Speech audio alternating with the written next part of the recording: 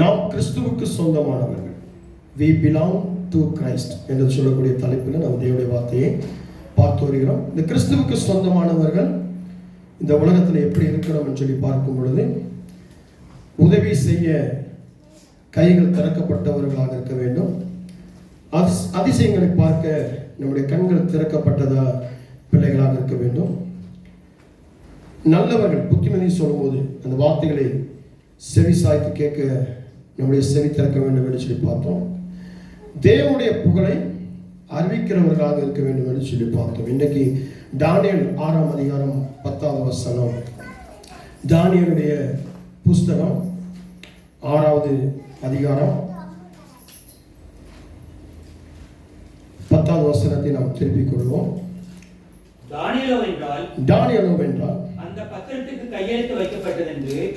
பத்திரத்துக்கு கையெழுத்து வைக்கப்பட்டது என்று அறிந்த போதிலும் தன் வீட்டுக்குள்ளே போய் தன் மேல் அறையிலே எருசலேமுக்கு நேராக பலகணிகள் திறந்திருக்க அங்கே தான்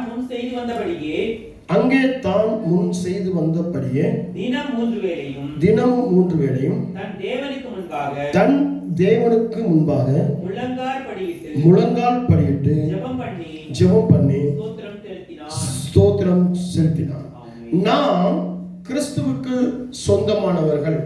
அப்ப இந்த உலகத்துல நாம் எப்படிப்பட்டவர்களாக இருக்க வேண்டும் என்று சொன்னால், முழங்கால் படியிட்டு ஜெபிக்க கூடியவர்களாக இருக்க வேண்டும். நாம் ஜெபம் பண்ணும் பொழுது வானத்தினுடைய பலகணிகள் திறக்கப்பட வேண்டும். நாம் ஜெபிக்கிற ஜெபம் எப்படி இருக்கு? ஒரு பேருக்காக, ஒரு உதாசீனமாக, ஒரு உதவாக்கரையாக, ஏதோ போற போக்கில் கையசைத்து ஒரு பிளைன் குஸ் கொடுத்துட்டு பார்த்துக்கோங்க, முடிஞ்சு போச்சு. சில பேர் வேலைக்கு போயிட பார்த்தீங்கன்னா வீட்டு வெளியே வருவாங்க, வாசல் விட்டு ஆண்டவருக்கு பாய் சொல்லிட்டு போவாங்க. சில பேர் பார்த்தீங்கன்னா, என்ன நீங்கள் ஜெபம் பண்ணலையா? ஜெபம் பண்ண நேரம் இல்லை. முழங்கால் போடலையா? முழங்கால் போடவே முடியல. உட்காந்து ஆறாமல் ஜெபம் பண்ண இல்லை, அதெல்லாம் நேரம் இல்லை. என்னக்கிட்ட அப்படியே போயிட்டு, நான் வண்டி ஓட்டிகிட்டு போயிட்டு இருக்கேன், பஸ்ஸில் போயிட்டு இருக்கேன், ட்ரெயினில் போயிட்டு இருக்கேன், கப்பலில் போயிட்டு இருக்கேன், ஃப்ளைட்டில் போயிட்டு இருக்கேன், ஜெபம் பண்ணி தான் போகிறேன். நான் ஜெபம் பண்ணேன்னா அந்த பைலட்டு கூட கரெக்டாக என்ன பண்ணுவான் ஃப்ளைட்டை சொல்லுங்க பார்க்கலாம். நான் ஜெபம் பண்ணா தான் அந்த ஃப்ளைட்டை பறப்போம்ன்ற மாதிரி இருக்கும். சில பேர் இருக்கிறேன், நான் ஜெபம் பண்ணால் அசைக்கும், நான் ஜெபம் பண்ணால் அப்படி நடக்கும், இப்படி நடக்கும். கர்வம், ஈகோ. அதுவும் சில பேர் இருக்காங்க, ஜெபம் பண்ணையில் தரிசனம் பார்த்துட்டா அப்படின்னா போதும், பெரிய தீர்க்கதரிசியாகும் பாருங்க. பயங்கர தீர்க்கதரிச மனுஷனாயிருவாங்க. இவங்க பார்த்தீங்கன்னா அனைவருக்கு சோசியம் சொல்ல ஆரம்பிச்சிடுவாங்க, குறி சொல்ல ஆரம்பிச்சிடுவாங்க. ஜெபம்னா என்ன? இங்கே சொல்லப்பட்டிருக்கிறது. தானியேலோ என்றால் அந்த பத்திரத்துக்கு கையெழுத்து வைக்கப்பட்டது என்று அறிந்த போதிலும் தன் வீட்டுக்குள்ளே போய் தன் மேல் அறையிலே எருசலேமுக்கு நேராக பலகணிகள் திறந்திருக்க அங்கே தான் முன் செய்து வந்தபடியே தினமும் 3 வேளையும் தன் தேவனுக்கு முன்பாக முழங்கால் படியிட்டு ஜெபம் பண்ணி ஸ்தோத்திரம் செலுத்தினார். அப்பொழுது அந்த மனுஷர் கூட்டம் கூடி தானியேல் தன் தேவனுக்கு முன்பாக ஜெபம் பண்ணி விண்ணப்பம் செய்கிறதை கண்டார்கள். ஜெபம் செய்கிறதை ஒரு கூட்டம் காண்கிறது. இந்த கூட்டம் ஆண்டவருக்கு முன்பதாக ஜெபம் செய்கிறதை பார்த்து ஒரு பயம் வருது. ஜெபிக்கிறவர்களை பார்த்து இந்த கூட்டம், ஜனங்களுக்கு பயம் வருது. நீங்க ஜெபம் பண்ணா பக்கத்தில் இருக்கிறவங்களுக்கு பயம் வருதா? உங்க பக்கத்து வீட்டில் இருக்கிறவங்களுக்கு பயம் வருதா? என்னையா கத்திக்கிட்டு இருக்கான், கூப்பாடு போட்டுக்கிட்டு இருக்கான், இவன் நான் ஜெபிக்கிறானா? நைட்டு பூரா ஜெபச்சத்தங்கிறது காலையில் வந்தவன பாரு கெட்டவாத பேசிக்குவான். சாயங்காலம் சபையை வீட்டை விட்டு வேலைக்கு போயிட்டு வரும்போது தண்ணி அடிச்சிடுவான். நைட்டு பூரா பொண்டாட்டியும் பிள்ளைகளையும் கெட்டவாத பேசுறான். இவன் நான் ஜெபிக்கிறான், இவெல்லாம் ஒழுங்காக சர்ச்சுக்கு போயிட்டாங்க, இவன் பைபிளை தூக்கிட்டு அப்படிதான் பேசுகிறாங்களா? அப்படி நடக்குதா? இல்லை இவங்க ஜெபம் பண்ணுறது பயமாக இருக்குது, இவங்க ஜெபம் பண்ணால் அசைக்கப்படுது, இவங்க ஜெபம் பண்ணால் ஒரு காரியம் நடக்குது, இவங்க ஜெபம் பண்ண என்னவோ. ஆமாம், அவங்க ஜெபம் பண்ணி உன்னையும் தைக்க முடியாது, உன்னையும் வெட்ட முடியாது. ஜெபம் என்பது இன்னைக்கு அநேகருக்கு உதாசீனமாக இருக்கிறது, உதவாக்கரையா இருக்கிறது. ஜெபம் என்பது கர்த்தரோடு பேசக்கூடியதுங்க, தேவனோடு பேசக்கூடியது. நம்முடைய உள்ளத்தின் ஆழத்திலிருந்து நம்முடைய பாரத்தை எல்லாம் கர்த்தரிடத்தில் இறக்கி வைக்கிறது. மனுஷன்கிட்ட போய் சொன்னோம் அப்படின்னா மனுஷன் கேலி பண்ணுவான், கிண்டல் பண்ணுவான். எனக்கு ஒரு பலவீனமா இருக்கு அப்படின்னா எப்ப பார்த்தாலும் பலவீனன்றாயா, எப்ப பார்த்தாலும் நோயின்றாயா அப்படின்னா.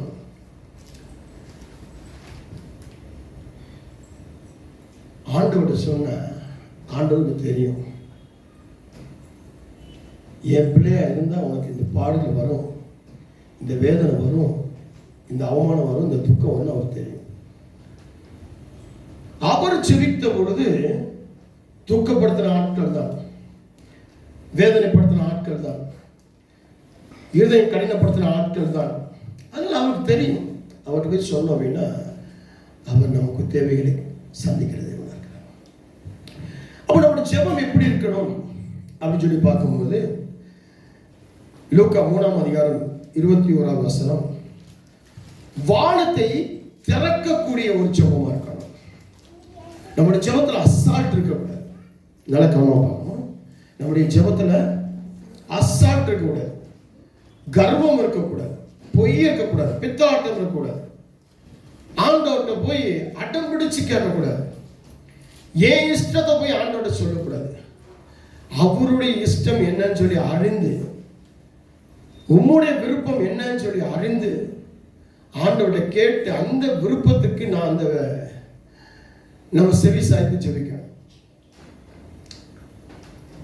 இன்னொருத்தங்கிட்ட பணம் இருக்குன்னு சொல்லி அந்த பணம் கொடுன்னு சொல்லி கேட்கக்கூடாது. இன்னொருத்தங்கிட்ட கார் இருக்குன்னு சொல்லி கார் கொடுங்க ஆண்டவர்னு சொல்லி கேட்கக்கூடாது. அவன்கிட்ட வீடு இருக்கு, எனக்கு வீடு கொடுங்கன்னு சொல்லி கேட்கக்கூடாது. எனக்கு வீடு வேணும், எனக்கு கார் வேணும், எனக்கு வேலை வேணும், எனக்கு பணம் வேணும், என் தேவைகளை இப்படி இருக்கு, எனக்கு சந்திக்கணும் கேட்கணும். ஆனால் நீங்கள் கேட்கும்போது எப்படி கேட்குறீங்க? அவன்கிட்ட இருக்கு, அவனுக்கு கொடுத்துருக்கீங்க, எனக்கு கொடுக்க மாட்டீங்களா? நான் ஜெபம் பண்ணலையா, நான் சாட்சி சொல்லலையா, நான் காணிக்கை கொடுக்கலையா, நான் உண்மை இல்லையா, நான் ஆளுகளையா, நான் அடம் பிடிக்கலையா, நான் விசுவாசிக்கல. இப்படிதான், இதுதான் விஷயம். இன்னைக்கு ஏன் உங்க ஜெபத்திற்கு வானம் திறக்கப்படலைன்றதுக்கான காரணம் இதுதான். இரண்டாவது, அப்போஸ்தலர் 4ஆம் அதிகாரம் 31ஆம் வசனம், இடத்தை அசைக்கக்கூடியதாக இருக்கணும் உன்னுடைய ஜெபம். நீ முழங்கால் படி இட்டு ஜெபித்த அப்படின்னா நீ தங்கியிருக்கிற வீடு, அந்த இடம் அசைக்கப்படணும். எங்க வீட்டில் நான் உட்கார்ந்து நான் ஜெபிப்பது உண்டு. என் வீட்டுக்கு வாசல் இருக்கக்கூடிய அந்த ஸ்ட்ரீட் லைட்டு அடிக்கடி ஃபியூஸ் போயிடும், அடிக்கடி இருட்டாயிடும். கடந்த வாரத்தில் உட்காந்து நான் ஜெபம் பண்ணிட்டேன்.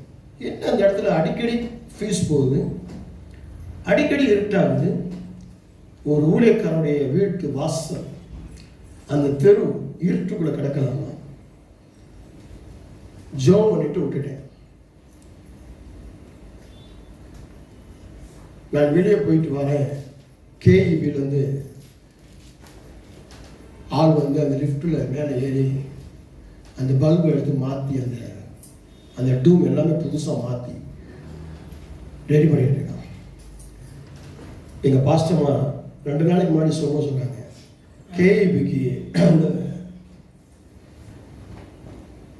ஃபோன் நம்பர் இருந்தால் கம்ப்ளைண்ட் பண்ணலாம், ஏதாவது நம்பரை தேடி பார்த்து கம்ப்ளைண்ட் பண்ணணும் அப்படின்றாங்க. ஆனால் நான் கம்ப்ளைண்ட் பண்ணது என் ஆண்டவருக்கு, கேஇபி காரங்கள்ட்ட இல்லை, ஆண்டவர் கூட்டிட்டு வந்துட்டேன். எங்கள் ஏரியாவில் தண்ணி இல்லாமல் தண்ணீரை ரொம்ப கஷ்டப்பட்டோம். அந்த மோட்டர் திறந்தவங்களோட கேட்குறேன், என்னாச்சு மோட்டர் பர்ன் ஆச்சுன்னா தண்ணி பூமியில் இல்லாமல் போச்சு, ஒன்றும் செய்ய முடியாது. இப்போ நாங்கள் லாரியில் தண்ணி வாங்கி ஊற்றிக்கிட்டு இருக்கோம். ஜெபிக்கிறேன், அதே மனுஷன் வராது. இப்போ புதுசாக ஒரு மோட்டர் இந்த பக்கத்தில் போட்டுருக்கோம், அதுலேருந்து ஒரு லைனை கொண்டு நம்ம தண்ணி கொடுக்குறோம். கர்த்தருக்கு ஸ்தோத்திரம். அசைக்கப்படணுங்க, அசைக்கப்படணும். எங்க வீட்டு பக்கத்துல அதிகமான ஜனங்கள் இறுக்கமா இருப்பாங்க, முகம் இறுக்கமா இருப்பாங்க. அவங்கவுங்க வேலையை பார்த்துருந்தாங்க. இன்னைக்கு கீழே போனா ஒருத்தருக்கு ஒருத்தர் நின்று பேசுறாங்க. காரணம், என் ஏரியாக்குள்ள சமாதானம் வேணும், என் வீட்டுக்குள்ள என் ஏரியாக்குள்ள ஒருமணம் வேணும்னு சொன்னேன். என்னுடைய வீடு இருக்கிற இந்த முற்பகுதியிலிருந்து அந்த பிற்பகுதி வரைக்கும் அந்த தெரு முழுவதும் ஒரு சமாதானத்துக்குள்ள. அந்த ஏரியாக்குள்ள சண்டை வந்ததில்லை, முறுமுறுப்பு வந்ததில்லை, கசப்பு வந்ததில்லை.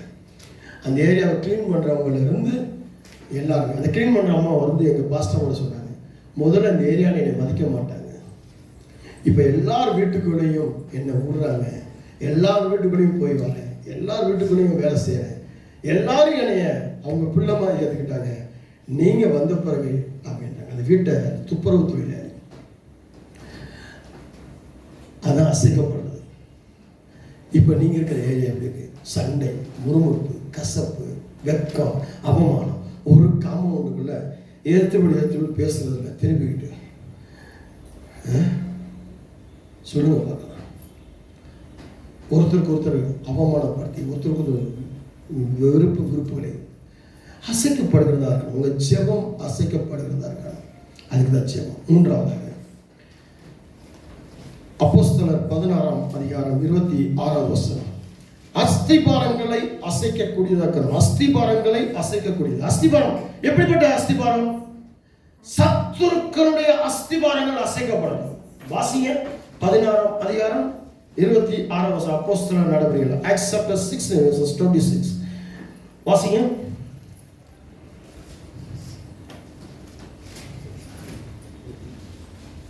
ஒன்னு எடுக்கலையா? அப்போஸ்தலர்கள் அஸ்திபாரங்கள் அசையும்படியாக பூமி மிகவும் அதிர்ந்தது. உடனே கதவுகள் எல்லாம் திறவுண்டது, எல்லோருடைய கட்டுகளும் கலந்து போயிற்று. அஸ்திபாரங்கள் அசைந்த ஜெபம். பவுலும் சில்வானும் ஜெபித்த பொழுது அஸ்திபாரங்கள் எல்லாம், எந்த அஸ்திபாரங்கள்? சத்துருக்களுடைய அஸ்திபாரங்கள் அசைக்கப்பட்டது. சத்துருக்கள் போடப்பட்ட அந்த சிறைகள் உடைக்கப்பட்டது, அந்த சிறைச்சாலைகள் கதவுகள் உடைக்கப்பட்டது, அந்த அந்தகார சங்கிலிகள் தெரிக்கப்பட்டது. அந்த ஜெபத்துக்கான அந்த வல்லமை, நீங்க ஜெபித்த ஜெபத்திற்கு உங்களுக்குள்ள சிறைப்பட்ட காரியம், சிறைப்பட்ட பலவிதமான காரியம், பிரச்சனை உங்க வீட்டு நீங்க தான். உங்க வீட்டுக்குள்ள இருக்கக்கூடிய பாவம், உங்க வீட்டுக்குள்ள இருக்கக்கூடிய சாபம், 4 தலைமுறையா 40 தலைமுறையா முற்பிதாக்கள் செய்த பலவிதமான காரியம், செத்த விக்கிரகங்களை வைத்து வணங்கினவர்கள், செத்த ஆவிகளை வைத்து வணங்கினவர்கள், பலவிதமான அந்தகார கிரியைகள், இதெல்லாம் சுட்டெரிக்கப்பட்டிருக்கா? சொல்லுங்க பார்க்கலாம். இன்னைக்கு கிறிஸ்தவர்கள் எப்படி இருக்கிறாங்க? சில பேர் மரித்தவர்களோடு பேசுகிறவர்களாக இருக்கிறாங்க. மரித்தவர்களை தன் சரீரத்தில் ஏற்றுக்கொண்டு பேசுகிறாங்க.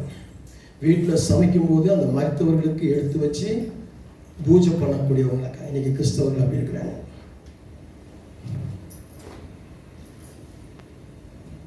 அஸ்திவாரம் ஜெபம் பண்ணியிருந்தால் அஸ்திவாரம் உடைக்கும். எந்த அஸ்திவாரம்?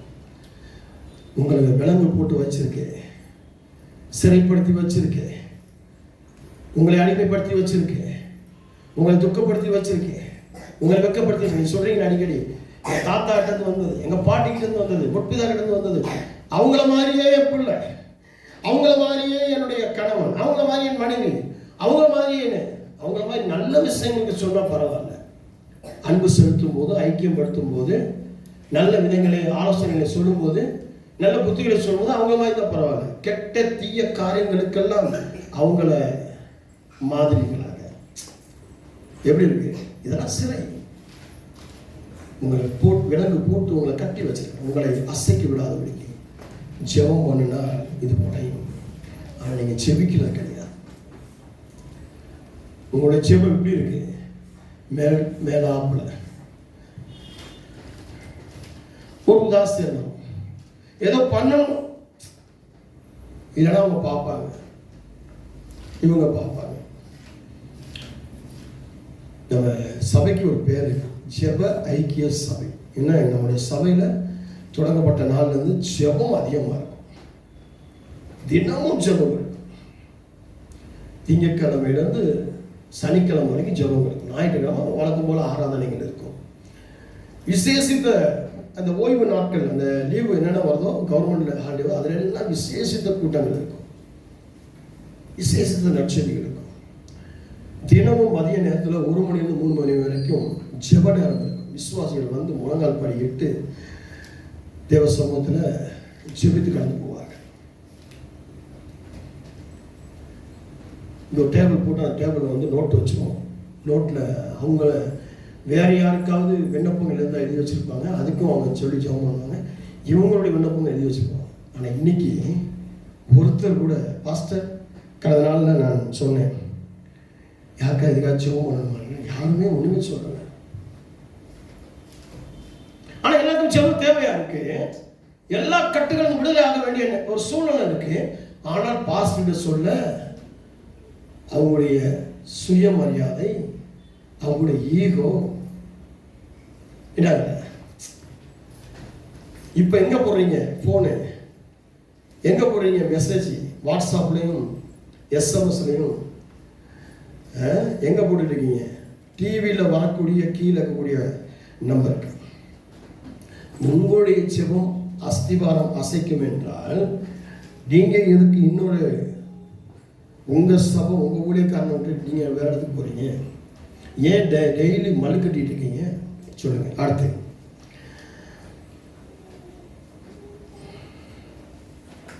அப்போஸ்தலர் 4:21. அப்போஸ்தலர் 4:21.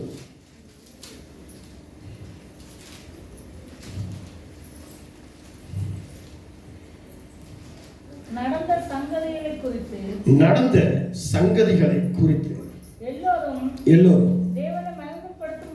எல்லோரும் தேவனை மகிமைப்படுத்தினபடியால் ஜனங்களுக்கு பயந்து அவர்களை தண்டிக்க வகை ஒன்றும் காணாமல் அவர்களை பயமுறுத்தி விட்டார்கள். ஆமென். அப்போ அடுத்தபடியாக என்னன்னா, எதிரிகளை அசைக்கும் ஜெபம். யாரை பயப்படுத்தணும்னா, எதிரிகள் உங்க ஜெபத்தை கண்டு, உங்க கால் முடக்கத்தை கண்டு பயப்படணும். வேதம் சொல்றது, நடந்த சங்கதிகளை குறித்து எல்லாரும் தேவனை மகிமைப்படுத்தினபடியினால் ஜனங்களுக்கு பயந்து அவர்களை தண்டிக்க வகை ஒன்றும் காணாமல் அவர்களை பயமுறுத்தி விட்டுவிட்டார்கள். அற்புதமாய் சொஸ்தமாக்கப்பட்ட மனுஷன் 40 வயதுக்கு மேற்பட்டவனாய் இருந்தான். அவர்கள் விடுதலையாக்கப்பட்ட பின்பு தங்களை சேர்ந்தவர்களிடத்தில் வந்து பிரதான ஆசாரியர்களும் மூப்பர்களும் தங்களுக்கு சொன்ன யாவையும் அறிவித்தார்கள். ஆமென். அல்லேலூயா. அடுத்தபடியாக பார்க்கும் பொழுது, இயேசு கிறிஸ்துவை போதிக்க வந்த பேதுருவும் யோவானும் இங்க போதிக்க விடாதபடிக்கு எதிரிகள் அவங்களுக்கு சூழ்ந்து நிற்கிறாங்க. இவங்களை ஏதாவது பண்ணி இவங்களை அழிக்கணும்னு நினைக்கிறாங்க. இப்ப இவங்களுடைய ஜெபம் அவங்களை பயப்படுத்தியது. அப்போ உங்களுடைய ஜெபம், நீங்க காலம் முடக்கி ஆண்டவரை மகிமைப்படுத்த ஆரம்பிச்சிட்டீங்க. நீங்க மகிமைப்படுத்துறது காலம் முடக்கிறதே கிடையாது, ஆண்டவரை மகிமைப்படுத்துறதே கிடையாது. நீங்க மகிமைப்படுத்துறதுலாம் வேலையை, பணத்தை, சொந்தத்தை, சொத்தை, உங்களை நீங்களே உங்களை அழகுப்படுத்துறதுலையே டைம் போயிடுது. ஐப்ரோ ரெடி பண்ணுறது, மை ரெடி பண்ணுறது, லிப்ஸ்டிக் போடுறது, உங்களுடைய உடை அலங்காரம், இதிலேயே உங்களுடைய காலம் போகுதே ஒழிய உங்களை மகிமைப்படுத்துறதும் உங்களை சார்ந்துக்கிற மகிமைப்படுத்துறதுக்குமே காலம் இல்லை. உங்கள் வேலை, எனக்கு வேலை இல்லைன்னா போச்சு. அவ்வளோதான். நான் வேலை பார்த்துட்டு இருக்கிறேன், 2003 வரைக்கும் வேலை பார்த்துட்டு இருக்கிறேன். அதுக்கு பிறகு தனியாக ஒரு டிராவல்ஸ் ஓப்பன் பண்ணி நடத்திக்கிட்டு இருக்கிறேன். அதை பண்ணிக்கிட்டே ஊழியம் பண்ணிக்கிட்டு இருக்கிறேன். கர்த்தர் சொல்கிறார், ஒரு இரவு உட்காந்து ஆண்டவர்கிட்ட ஜெபம் பண்ணிட்டு போக சொல்கிறார், இதெல்லாம் க்ளோஸ் பண்ணிடு, முழு நேரம் ஊழியத்துக்கு வந்துட்டேன். நான் ஆண்டவர்கிட்ட கேட்குறேன், ஆண்டவரே ஜெபம் பண்ணிட்டு இருக்கேன். நான் அப்போ ஜெபம் பண்ணேன்னா குறைஞ்சது காலைல 6 மணிக்கு உட்காந்து சாயங்காலம் 6 மணிக்கு எங்கள் பாஸ்டம் வந்து எழுப்புவோம். பாஸ்டம் வந்து என்னங்க ஒரு வெரைட்டி பிளாக் டீ கொடுக்கட்டுமா? அது வரைக்கும் கண்ணை மூடி உட்காந்து ஜெபம் பண்ணுவேன், ஆண்டவரோடு பேசியிருக்கேன். அப்படி அசைக்கப்பட்டது தான் இந்த பெங்களூரில் பனஸ்வாடி பல இடங்கள். ஏன்னா நான் வந்த புதுசில் இங்கே அவ்வளோ சபைகள் இல்லை, அவ்வளோ ஊழியக்காரர்கள் இல்லை. இன்னைக்கு அத்தனை சபை, இத்தனை ஊழியக்காரர்கள். ஒரு காலத்தில் சர்க்குணம் பாஸ்டர்கிட்ட, மனோகர் பாஸ்டர்கிட்ட, ஸ்டீவன் பாஸ்டர்கிட்ட, சண்டே ஸ்கூல் பிள்ளைகளாக இருந்தவங்க இன்னைக்கு பெரிய பெரிய பாஸ்டர்களாக இருக்காங்க, பெரிய பெரிய ஊழியக்காரங்களாக இருக்காங்க இந்த ஏரியாவில். அதுக்கு காரணம் அன்னைக்கு நாங்கள் போட்ட முழங்கால். நாங்கள் ஜெபிக்கும் பொழுது ஜெபிக்கிறதுக்கு அவ்வளோ தடை வரும், அவ்வளோ பிரச்சனை வரும். ஆராதனை பண்ண முடியாது, பாட்டு பாட முடியாது, மைக்கு ஆஃப் பண்ணிட்டு ஆராதனை பண்ணியிருக்கோம். அவ்வளோ ஊழியக்காரர்களை இந்த ஏரியாவில் நாங்கள் எழுப்பியிருக்கிறோம், அவ்வளோ விசுவாசிகளை எழுப்பியிருக்கிறோம், அவ்வளோ அசைக்கப்பட்டிருக்கு இந்த இடம், அவ்வளோ காயங்கள் அவமானங்கள் பட்டிருக்கும். ஆண்டவர் சொல்லிட்டாரு முழு நேரத்துக்கு வாடான்னு. ஆண்டவரை கேட்கல, ஆண்டவரே என் பிள்ளைகள் சிறு பிள்ளைகளை கை பிள்ளைகளா இருக்கிறாங்க, அவங்களுக்கு என்ன சாப்பாடு போகணும், எப்படி போகணும், நான் என்ன பண்ணுன்னு உடனே எடுத்து எல்லாத்தையும் வவுச்சர் புக்கெல்லாம் தூக்கி வச்சு, ரெசிப்ட் புக்கெல்லாம் தூக்கி வச்சு, பிள்ளைலாம் தூக்கி வச்சு, இந்த ட்ரிப் ஷீட் ஒன்று போட்டிருந்தேன், கார்களுக்கு ட்ரிப் ஷீட் ஒன்று புக்கு போட்டேன், அதெல்லாம் கட்டி பார்சல் பண்ணி ஒரு அட்டைப்பட்டை வச்சு கட்டி மேலே தூக்கி போட்டு முழு நேரம் ஊழியத்தில் இறங்கிட்டேன். பிள்ளைகளுக்கு ஒரு 2 ரூபா பிஸ்கட்டு, பார்லேஜி பிஸ்கட் 2 ரூபா பாக்கெட் வாங்கி கொடுக்க முடியாது. ஏதாப்புல ஒரு பேக்கரியில் என் பிள்ளைங்க ஸ்கூலுக்கு வந்தாங்க, ஏதாவது கொடுத்துருங்க, மண்ணுன்னு கொடுத்துருங்க, மாதம் கொடுக்குறேன் காசு அப்படின்னு சொல்லுவேன். என் பிள்ளைங்க வாங்கி சாப்பிடுவாங்க. மாதம் 100 ரூபா 150 ரூபாய்க்கு வாங்கி சாப்பிடுவாங்க, 120 ரூபா மாதம் அந்த மாதிரிலாம் இருப்பேன். அவ்வளோ கஷ்டத்துக்குள்ள போயிட்டேன். ஆண்டவர்கிட்ட ஜெபிக்க ஆரம்பித்தேன். ஆண்டவர் என்ன ஆண்டவரே, என் பிள்ளைங்களுடைய படிப்புக்கு நான் என்ன பண்ணுவேன்? இன்னைக்கு வரைக்கும் கர்த்தர் நடத்திட்டு இருக்கிறார், இன்னைக்கு வரைக்கும் கர்த்தர் நடத்திட்டு இருக்கிறார். வெட்கம் அடையாத மனுஷன் காணும்படியாக, மனுஷன் வியாகுலப்படும்படியாக, மனுஷன் அப்படியே ஆச்சரியப்படும்படியாக, எப்படியுமே வீட்டு வாழ கட்டுறான், எப்படி கரண்ட் பில் கட்டுறான், எப்படி சர்ச் வாழ கட்டுறான், எப்படி இவன் எப்படி எப்படி எப்படி இவனுடைய வண்டிகளுக்கு பெட்ரோல் போடுறான் அப்படின்ற அளவு கர்த்தர் நடந்தது. இன்னைக்கு என் குடும்பத்திலே நிறைய பேர் சொல்லுவாங்க, எப்படி இவன் இந்த வண்டி வாங்கினான், எப்படி இந்த வீட்டுக்கு வாடகை கட்டுறான், எப்படின்ற மாதிரி குடும்பத்தினரே ஆச்சரியப்படும்படியாக கர்த்தர் என்னை வெட்கப்படுத்தாத இடத்துல. காரணம் என்னன்னா, ஜெபம், எதிரிகளை அசைக்கக்கூடிய ஜெபம். அதுக்கு அடுத்தபடியாக அப்போஸ்தலர் 12:7 ஜெபம் எப்படிப்பட்ட ஜெபம்? நம்மளாம் அப்பொழுது கிறிஸ்துவுடையவர்கள், கிறிஸ்துவுக்கு சொந்தமானவர்கள். அப்போ நம்ம ஜெபத்தினாலதான் நம்ம கிறிஸ்துவுக்கு சொந்தமானவர்கள் அப்படின்னு சொல்லி இந்த பூமியில காட்டணும். ஜெபத்துல தான் நம்ம ஆண்டோடைய பிள்ளைகளை காட்டணும். வெள்ளை ட்ரெஸ் போட்டுட்டு, வெள்ளை முக்காடு போட்டுட்டு, வெள்ளை அங்கி போட்டுட்டு, வெள்ளை சிப்பா போட்டுட்டு, அதை போட்டுட்டு அப்படி போறதுனால பொட்டுக்கிட்டு வைக்காம பூ வைக்காம காட்டுறதுனால காட்டக்கூடாது. எதில் காட்டணும் அப்படின்னா இந்த ஜெபம், இந்த ஜெபத்தினுடைய பிரகாசத்தை இங்கே சொல்லப்பட்டிருக்கு. அடுத்தபடியாக வாசிக்கும் பொழுது அப்பொழுது 12ஆம் அதிகாரம் 7ஆம் வசனம், அப்பொழுது கர்த்தருடைய தூதன் அங்கே வந்து நின்றான், அறையிலே வெளிச்சம் பிரகாசித்தது, அவன் பேதுருவை விலாவிலே தட்டி சீக்கிரமாய் எழுந்து என்று அவனை எழுப்பினான், உடனே சங்கிலிகள் அவன் கைகளில் இருந்து விழுந்தது. ஆமென். அடுத்தபடியாக ஜெபம் தேவ தூதர்களை நம் மத்தியில கொண்டு வரக்கூடியதாக இருக்கணும். யாக்கோபு ஜெபித்த பொழுது அவருடைய தலைமாட்டில் ஒரு சுருள் ஏணி வைக்கப்பட்டது. தேவ தூதர்கள் மேல போகவும் கீழே இறங்கவும் தான். காரணம் என்ன? இவருடைய ஜெபத்தை விண்ணப்பத்தை கொண்டு கொடுக்கவும் அங்கே பதில் கொண்டு வரும். தேவ தூதர்கள் உங்க மத்தியில வரணும். பிரியமான தேவனுடைய பிள்ளைகளே, நீங்க ஜெபம் பண்ண தேவ தூதர்கள் வந்து உங்களுக்கு என்ன பண்ண பணிவிட பண்ணணும், உங்க கட்டுகளை அறுக்கணும்.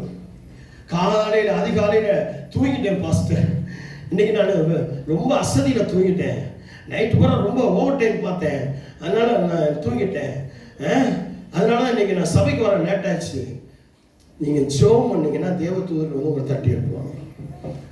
இன்னைக்கும் நான் வந்து 1 மணிக்கு நான் படுத்தா கூட 2 மணிக்கு 2:30 மணிக்கு தேவ தூதர்கள் தட்டிடுவாங்க.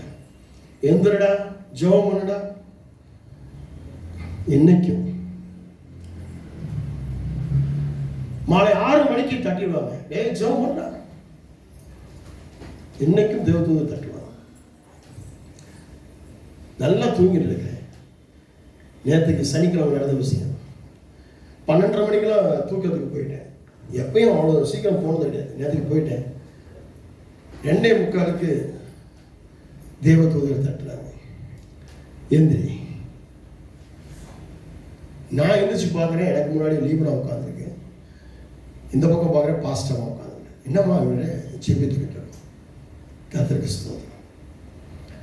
இன்னைக்கும் இந்த ஜெபம் என் வீட்டுக்குள்ள நடக்குது. மே வீட்டுலாம் சொல்லுவாங்க, பக்கத்து வீட்டில் சொல்லுவாங்க, நைட் நீங்கள் ஜெபிக்கிற சொல்லுவாங்க, மெதுவாக ஜெபம் பண்ணுவேன், யாரும் தொந்தரவு வைக்கக்கூடாதுன்னா. ஆனால் அந்த சத்தம் உங்களுக்கு கேட்குது. மெதுவாக சொல்ற சத்தம் அறிக்கைகள் அவங்க கேட்குது. அவங்க சொல்றாங்க, நீங்க ஜெபம் பண்ணுறது எங்க காதல் விடும். அப்போது நானும் உங்களோட சேர்ந்து ஜெபிப்பேன். இப்போ பக்கத்து வீட்டுல எல்லாம் சொல்றாங்க, நாங்களும் குடும்ப ஜெபம் எடுக்க ஆரம்பிச்சிட்டோம், நாங்களும் தனி ஜெபம் எடுக்க ஆரம்பிச்சிட்டோம். தேவ தூதர்களை கொண்டு வரக்கூடியதா இருக்கு. தேவ தூதர்கள் வந்து எங்க தட்டணும்? விழா எலும்பை தட்டணும். அங்க இருக்கக்கூடிய சங்கிலிகள் உடைக்கப்படணும். இன்னைக்கு அசந்து தூங்கிட்டேன். ஜெபம் பண்ண நேரம் இல்லை, வேலை, அதிகமான வேலை, அதிகமான கடன், அதிகமான சுமை, அதிகமான பாரம், குடும்பத்தில் அநேகமான பிரச்சனை. இன்னைக்கு இதைத்தான் சொல்றீங்க ஒழிய நான் ஜெபம் பண்ணேன். யாராவது ஒருத்தர் சாட்சி சொல்லும்போது நீ ஜெபம் பண்ணணும், கர்த்தர் இப்படி ஒரு அதிசயத்தை செஞ்சார், யாருமே சொல்ல முடியல. இன்னைக்கு ரோட்ல ஒரு விக்கிரக ஆராதனை பண்றாங்க அப்படின்னா கூட நீங்க சபைக்கு வர மாட்டேன்றீங்க. அதுக்கு முக்கியத்துவம் கொடுத்துட்டு போயிடுறீங்க.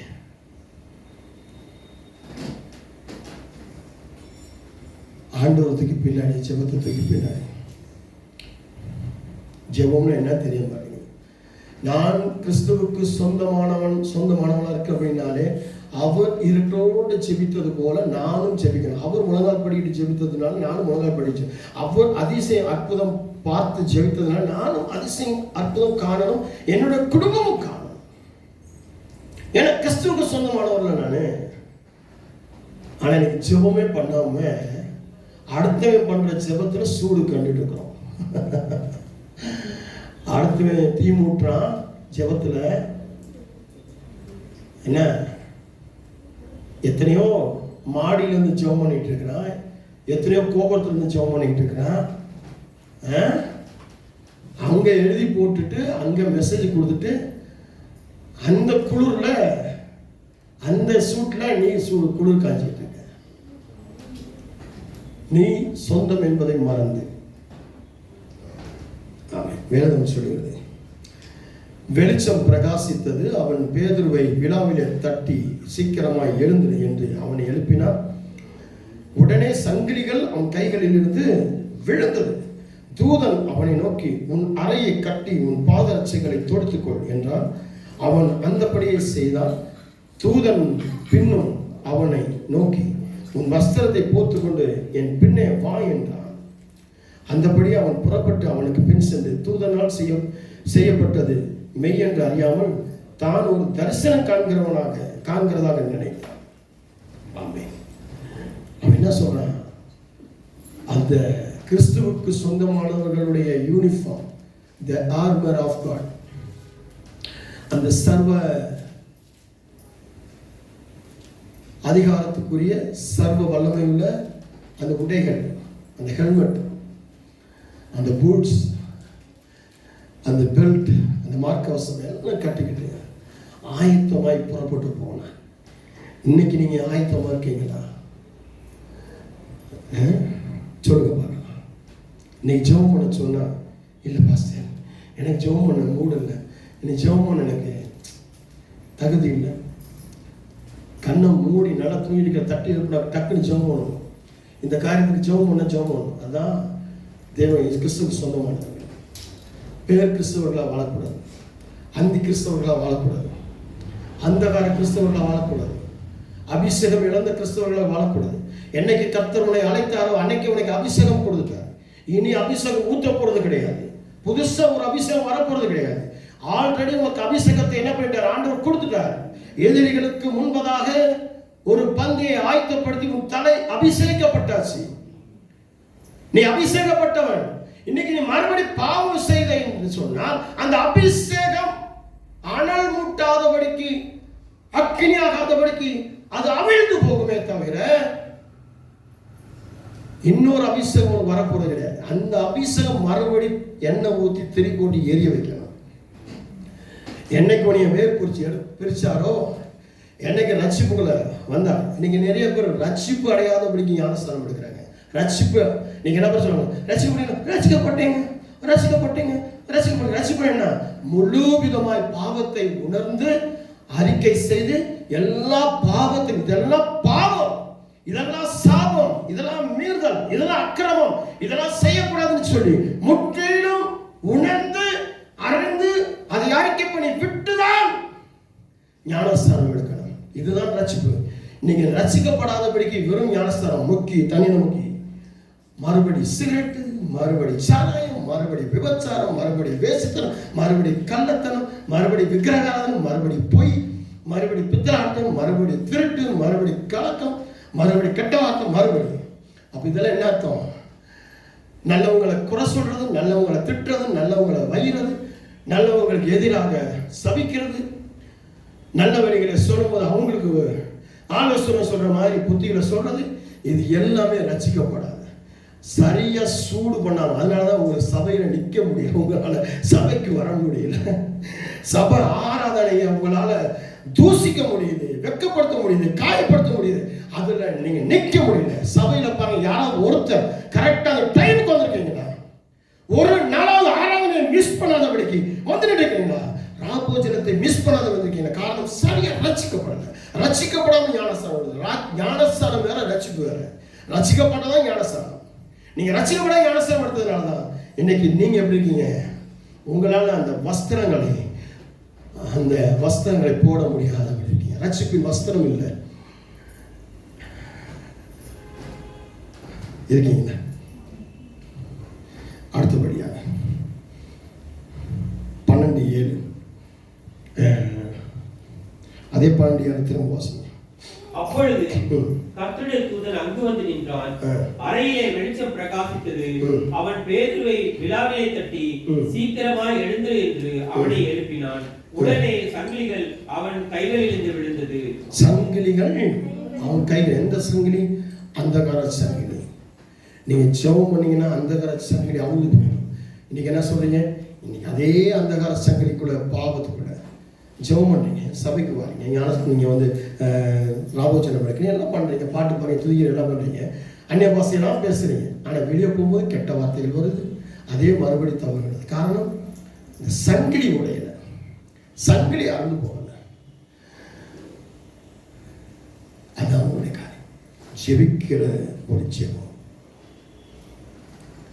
நமக்கு முன்பதாக பத்திரங்கள் கையெழுத்து போடப்பட்டிருக்கிறது. அந்த பத்திரம் நமக்கு தலையத்தை மாற்றக்கூடியதாக இருக்கிறது. ஆனாலும் நான் எப்பொழுதும் செய்தது போல செய்வேன். என்னுடைய ஜெபத்துக்கு பலகணித்தா இருக்காங்க. நான் எருசலேமை நோக்கி பார்த்து ஜெபிப்பேன். இதுதான் தானியோடைய காரியம். அப்போ என்ன வந்தாலும் நான் ஜெபிக்கிறது விட மாட்டேன். எப்படி வந்தாலும் நான் உலகால் படுகிறதை நிறுத்த மாட்டேன். 2016-17 என்னுடைய 2 காலம் செயல்படாமல் போயிடுச்சு. என் 2 காலம் வராமல் போயிடுச்சு. என்னை வந்து என்னுடைய பிள்ளைகளும், என்னுடைய ஊழியக்காரமா, என்னுடைய பாஸ்டமாவும் அவங்க தூக்கி உட்கார வச்சு, அவங்க தான் என்னைய ரெஸ்ட் ரூம் கூட்டு போது குடிக்க வைக்க எல்லாமே அவங்க தான் தூக்கிட்டு போவாங்க. எல்லாம் சொல்றாங்க, வேற ஒரு பாஸ்டர் வச்சு ஞாயிற்றுக்கிழமை ஆராதனை நடத்துங்க, உங்களால் போக முடியாது. இல்லை, என்னை அவங்க காரில் உட்கார வச்சு, அப்போ ஒரு மாதிரி 800 வச்சுருந்தேன். இந்த காரில் என்னை உட்கார வச்சு, எப்படியாவது என்னை தூக்கி உட்கார வச்சு, தூக்கி போய் சேர உட்காருங்க. இந்த இடத்துல வந்து எழுந்து நிற்க முடியாது. இதில் சார்ந்த இதே பலிபடத்தில் நின்று சார்ந்து வார்த்தையை கொடுத்து, ஆராதனையை கொடுத்து முடிச்சுட்டு போயிருவேன். டாக்டர் சொன்னாங்க, இனி அவ்வளோதான், அவங்க வயசாகி போச்சு, இந்த கால் செயல்படாது, இதுக்கு வந்து மருத்துவமே கிடையாது. என்னுடைய மூத்த மகள் ஜெபத்தில் உட்காந்து, நானும் ஜெபத்தில் உட்காருவேன். என் மூத்த மகளும் என் இளைய மகளும் கடந்து போய் எங்கேயோ நாட்டு மருந்தை கொண்டு வந்து என்னமோ எண்ணெயெல்லாம் வாங்கி தேய்ச்சாங்க. நான் ஆண்டவர்கிட்ட சொன்னேன், மறுபடியும் முழங்கால் படிக்கிட வேண்டும். என்னுடைய முழங்கால் 2மே கருப்பாக இருக்கும். முழங்கால் போட்டு போட்டு போட்டு போட்டு கருப்பாகி போயிடுச்சு. இன்னைக்கும் என்னுடைய 2 முழங்காலும் பார்த்தீங்கன்னா கருப்பாக தான் இருக்கும், பக்கு மாதிரி இருக்கும். அப்படியே அந்த இது பிடிச்சி போயிடும், காய்ச்சி போயிருக்கும். இன்னைக்கு அப்படிதான் இருக்கும் என் 2 முழங்கால். ஆண்டோட சொல்லி முழங்கால் படியிட முடியாமல் போச்சு ஆண்டவரே, எனக்கு அதெல்லாம் இல்லை. முழங்கால் படிக்கணும். முழங்கால் படிக்கிறதுக்கு எனக்கு முழங்காலை பலப்படுத்தித்தாங்க. நீங்கள் சொல்லிக்கிங்க முழங்காலை பலப்படுத்துவேன்னு சொல்லி ஆண்டோட அதான் இன்னைக்கு முழங்கால் போட காத்திருக்கிற. இன்னைக்கு ரொம்ப நேரம் நிற்கிறேன், ரொம்ப நேரம் நடக்கிறேன், ரொம்ப நேரம் நின்று பேசுகிறேன், ரொம்ப நேரம் நின்று சொல்லிக்கிறேன். முழங்காலில் மறுபடியும் நிற்க கற்று பலப்படுத்தினேன். எந்த டாக்டர்ஸ் முடியாதுன்னு சொன்னாலும் அதே டாக்டர்ஸ் வெட்கப்படும்படியாக மறுபடியும் அந்த டாக்டர்ஸ் போய் பார்க்கும்பொழுது முடியுதா, நடந்து வரீங்களா அப்படின்னு அவ்வளோ பெரிய காரியத்தை கர்த்தர் எங்களுடைய வாக்கில் செஞ்சார். காரணம் என்ன அப்படின்னா, முழங்கால் படிக்கிறது அவ்வளோ பெரிய நன்மையை வகிக்கக்கூடியது. நம்ம முழங்கால் போட்டோம் அப்படின்னா சத்துருடைய அஸ்திவாரம், சத்துருடைய கூட்டம் தெரிக்கணும், பயப்படணும். சாத்தான் வந்து பயப்படும், ஐயோ முழங்கால் போட்டால் அவ்வளோதான்டா வேணும். ஆனால் இன்னைக்கு எப்படி இருக்கு, நம்ம யார் என்றதை மறந்து நம்ம செயல்பட்டு கொண்டிருக்கிறோம். நாம் கிறிஸ்துவுக்கு சொந்தமானவர்கள். நாம் கிறிஸ்துவுக்கு சொந்தமானவர்களாக இருக்கிறபடினாலே நம்ம ஒரு ஜெபிக்கிற ஒரு கூட்டமாக இருக்க வேண்டும். ஜெபத்துக்கு முக்கியத்துவம் கொடுக்கிறவங்கள நம்ம ஒவ்வொரு மாசமும் ஒரு உபவாச கூட்டம் வச்சிருக்கிறோம், ஜெப நேரம் வச்சிருக்கிறோம். நிறைய பேரை பார்க்க முடிய மாட்டேங்குது, நிறைய பேர் வர மாட்டேங்கிறீங்க. சில பேர் ஃபோன் பண்ணி இன்னைக்கு வேலை இல்லை, லீவ் கொடுக்கலன்றீங்க. அந்த கூட்டம், அந்த ஜெபம் எப்படிப்பட்டதுன்னு உங்களுக்கு அனுபவம் தெரியல, அதோடைய ருசி தெரியல, அது என்ன நடக்கும் தெரியல. போன இந்த நாட்களில் செபித்த, இந்த அக்டோபர் மாசத்துல செபித்த ஜெபம், மணிகரம் செப்டம்பர்ல ஜெபித்த ஜெபம் எவ்வளவு அசைவுகளை கொண்டு வந்து தெரியுமா, எவ்வளவு ஆசீர்வாதத்தை கொண்டு வந்து தெரியுமா. இனி அக்டோபர் 2ஆம் தேதி ஒரு ஜெபம் வச்சிருக்கிறோம். நான் சொல்லுவேன், பக்கத்தில் இருக்கிற வீட்டில் கூட்டுவாங்க, ஏற்ற வீட்டில் கூட்டுவாங்க, சொந்தக்காரங்க. நீங்கள் கூட்டிகிட்டு வர மாட்டேங்க, நீங்களும் வர மாட்டேங்க. செப்டம்பரில் நடந்த கூட்டத்துக்கான சாட்சிகள் அவ்வளோ இருக்கு. அன்னைக்கு நடந்த கூட்டத்துக்கு அவ்வளோ ஒரு அசைவு இருக்கு. எங்களுடைய வாழ்க்கையிலே அவ்வளோ நடந்திருக்கு, இந்த திருச்சபையிலே அவ்வளோ நடந்திருக்கு, திருச்சபை சுத்திலுமே அவ்வளோ நடந்திருக்கு.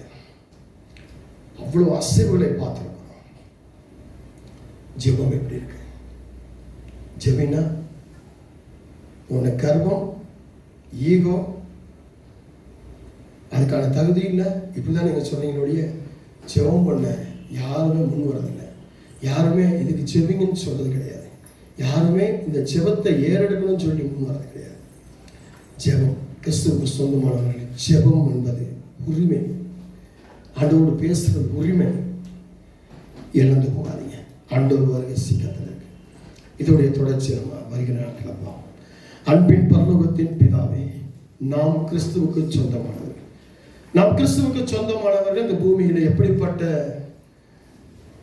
வல்லமை உடையவர்களாக இருக்க வேண்டும் என்று சொல்லி, எப்படிப்பட்ட அபிஷேகம் உடையவர்களாக இருக்க வேண்டும் என்று சொல்லி, எப்படிப்பட்ட கிருபை உள்ளவர்களாக, இரக்கம் உள்ளவர்களாக இருக்க வேண்டும் என்று சொல்லி ஒவ்வொரு பகுதிகளை ஒவ்வொரு நாளும் நாங்கள் பார்த்து வருகிறோம். இன்றைக்கு ஜெபம் என்றக்கூடிய ஒரு தலைப்பை நாங்கள் பார்த்திருக்கிறோம்.